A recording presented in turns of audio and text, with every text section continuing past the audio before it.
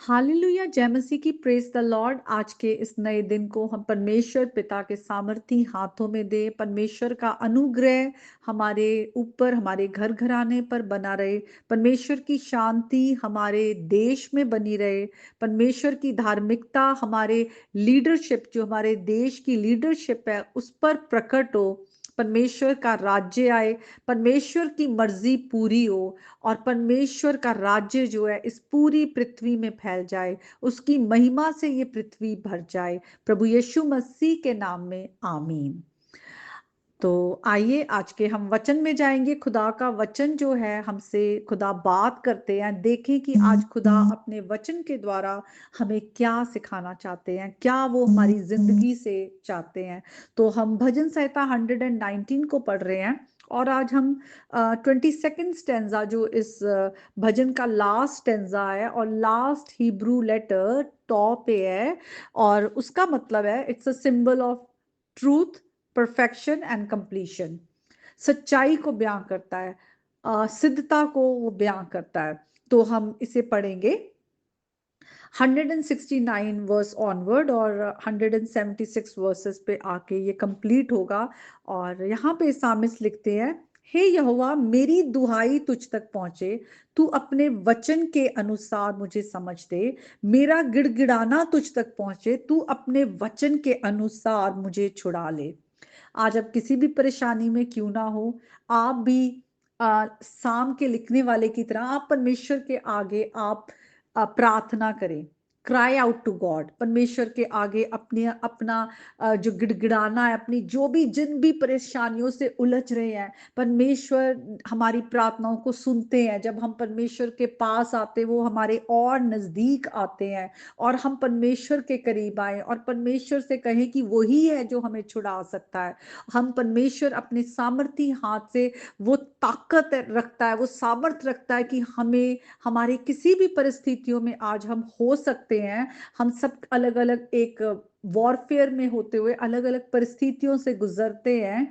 हमें उसमें से निकालने की परमेश्वर क्षमता रखते हैं। हमारे घर की परिस्थितियां खराब हो सकती है, कई बार हमें हमारे घर के लोगों का बर्डन होता है कि हमारे घर के लोग अभी परमेश्वर को नहीं जानते। मसीहों का ये बहुत बड़ा बर्डन होता है कि अभी भी हमारे घर के लोग अंधकार में है, परमेश्वर से दूर है, और वो वचन को सुन नहीं रहे, या वचन को सुनकर वो इग्नोर कर देते हैं। इस तरह की भी बहुत सारी चीजें जो हमें परेशान करती है। लेकिन आज हम परमेश्वर के आगे अपनी प्रार्थनाओं को ला सकते हैं। खुदा के वचन के अनुसार हम प्रार्थना करें, हमें वो समझ दे। खुदा का वचन हमारे परिवार को समझ दे, और उस जो भी जंजीरें हैं, पाप की जंजीरें हो सकती है, अंधकार की जंजीरें हो सकती है, किसी भी तरह। कई बार परेशानियों का इतना दबाव होता है कि आप प्रार्थना करें, वचन पढ़ें, आप पर उसका कोई असर नहीं होता, क्योंकि आपने इतनी सारी चीजों को अपने जीवन में जगह दी हुई है, परेशानियों में उलझे हुए हैं। जैसे कि यीशु मसीह ने जब दृष्टांत सुनाया था, वो भूमि जो कि पथरीली थी या कटीली भूमि थी, जहां पर वचन अंदर जा नहीं रहा था। तो कई बार ये संसार की उलझने, संसार की तरफ से आते हुए प्रेशर हमारी जिंदगी में खुदा के वचन को फ्रूटफुल होने नहीं देते। लेकिन आज हम परमेश्वर से कहें कि वो वचन भेजकर हमें छुड़ाए, हमारे जीवन से इन बातों को हटाए। आगे लिखा है, मेरे मुंह से स्तुति निकला करे, क्योंकि तू मुझे अपनी विधियां सिखाता है। मैं तेरे वचन का गीत गाऊंगा, क्योंकि तेरी सब आज्ञाएं धर्मी हैं। तो हम जब खुदा की सच्चाई को जान जाते, अभी हमने साम 119 में ही वचन पढ़ा था कि the sum of God's word is truth. खुदा का पूरा वचन जो है वो सच्चाई है, कहीं भी ऐसा नहीं कि कुछ सच्चाई है या कुछ नहीं है। तो जब हम सच्चाई को जान जाते हैं और सच्चाई से अपने जीवन को भरते जाते हैं, तो हम परमेश्वर की ओर जब देखते हैं कि सचमुच परमेश्वर, उसके गुणों को हम अपने अंदर से वो निकलता है, वो बयां करते हैं कि वो कितना भला है, वफादार है, वो भरोसे लायक है। और बहुत बार हम उसे अपने गीतों के द्वारा प्रकट करते हैं, हम भजन को गाते हैं, हम स्पिरिचुअल सॉन्ग्स गाते हैं। जैसे पौलुस ने भी कलीसिया को लिखा कि तुम हर वक्त भजन गाते रहो और आत्मिक गीत गाते रहो। तो हम भी परमेश्वर के लिए वो प्रेजेस से, स्तुति से हम भर जाते हैं, बड़ा नेचुरल होता है। ऐसा नहीं कि हम एक बहुत ही बस लीगलिस्टिक की हमें प्रार्थना करनी है या हमें गीत गाना है या हमें चर्च जाना, नहीं। वहां पर एक रिश्ता है, हम परमेश्वर को जानते हैं, हम जानते हैं हमारा परमेश्वर कौन है, हम उसके साथ एक रिलेशनशिप में है, वो हमसे प्यार करता है, हम रिस्पॉन्स में हम उससे प्यार करते हैं। आगे लिखा है, तेरा हाथ मेरी सहायता करने को तैयार रहता है, क्योंकि मैंने तेरे उपदेशों को माना है। मैं खोई हुई भेड़ की नाई भटकाऊं, तू अपने दास को ढूंढ ले, क्योंकि मैं तेरी आज्ञाओं को भूल नहीं गया। तो परमेश्वर जो है वो कहते हैं कि वो एक हमारे चरवाहे की तरह, हम वचन में देखते हैं कि यीशु मसीह कहते हैं, मैं एक अच्छा चरवाहा हूँ, मैं अपनी भेड़ों को जानता हूँ, मैं उनको नाम लेकर बुलाता हूँ, वो मेरी आवाज सुनती है, मैं उनको अपने हाथ से जाने नहीं दूंगा, मैं उन्हें हमेशा का जीवन देता हूँ। तो भेड़े अपने जो उस उनका चरवाहा है, घड़ड़िया है, उनकी आवाज को सुनती है। उसी तरह आज हम अगर भटक भी जाते हैं कई बार, लेकिन हमारा जो चरवाहा है वो एक अच्छा चरवाहा है, वो हमें ढूंढ के निकाल लेता है। यीशु मसीह ने दृष्टांत के द्वारा सुनाया कि किस तरह जो एक भेड़ भटक गई थी, तो जो चरवाहा था उसने अपनी 99 भेड़ों को छोड़कर वो एक भेड़ के पीछे गया। प्रभु हमें अपने हाथ से जाने नहीं देंगे, लेकिन हम भी एक चॉइस करते हैं। हमें आज चूज करना है कि हम किसको चुन रहे हैं। क्या हम अपने चरवाहे की आवाज को सुन रहे हैं? क्या हम उसके उपदेशों को मान रहे हैं, उस पर चल रहे हैं? परमेश्वर का हाथ इतना छोटा नहीं कि वो हमें हमारी परिस्थितियों से निकाल ना सके, बचा ना सके। हम अपनी परिस्थितियों में कभी भी अपना दिल छोटा ना करें। हम परमेश्वर पर पूरा भरोसा रखें कि अगर ये परिस्थितियां आई भी हैं, हमारा चरवाहा हमारे साथ है, वो इमैनुअल है, वो हमें कभी भी छोड़ेगा नहीं, और वो हमारा उद्धार करता है।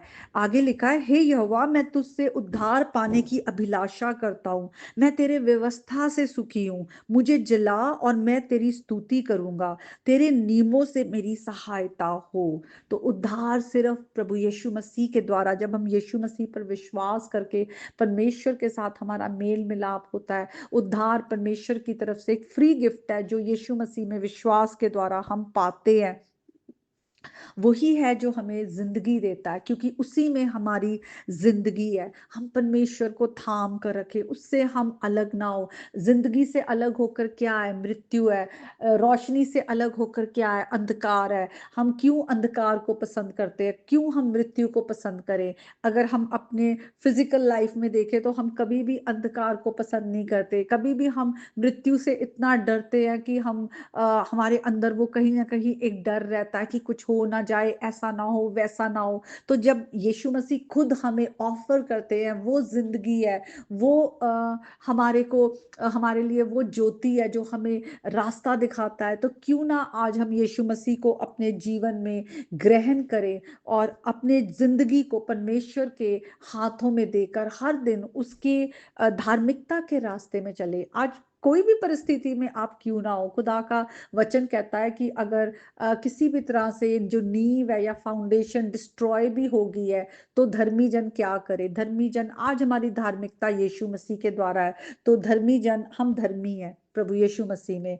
तो हमें क्या करना है? क्योंकि हमारा परमेश्वर धर्मी है, यहोवा धर्मी है, और वो धार्मिकता के कामों से प्रसन्न रहता है, तो धर्मी जन क्या करेंगे? उसका दर्शन पाएंगे। आज हम यीशु मसीह की तरफ देखते रहे, क्योंकि ये हमारी धार्मिकता नहीं है। आज हम यीशु मसीह के द्वारा परमेश्वर की धार्मिकता, उसके अनुग्रह के जो सिंहासन के पास हम अपने आप को ला सकते हैं। हम यीशु मसीह को ताकते रहे और यीशु मसीह से कहें कि वो हमें रास्ता दिखाए, वो हमें अपने जैसा बनाए, वो हमें पिता की आज्ञा मानना सिखाए। आज हम प्रभु यीशु मसीह को थाम ले, आज हम अपने चरवाहे की आवाज सुने। आज प्रभु यीशु मसीह के नाम से मैं प्रार्थना करती हूँ कि और दूसरी सारी आवाजें आज आप सबके जीवन से बंद हो जाए, और वो आवाज जो सिर्फ आपके चरवाहे की है, वो आवाज जो है वो तेज हो जाए, और उस आवाज को सुनकर आप आगे बढ़ने वाले हो।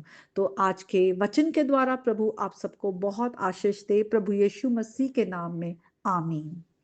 May God bless you all.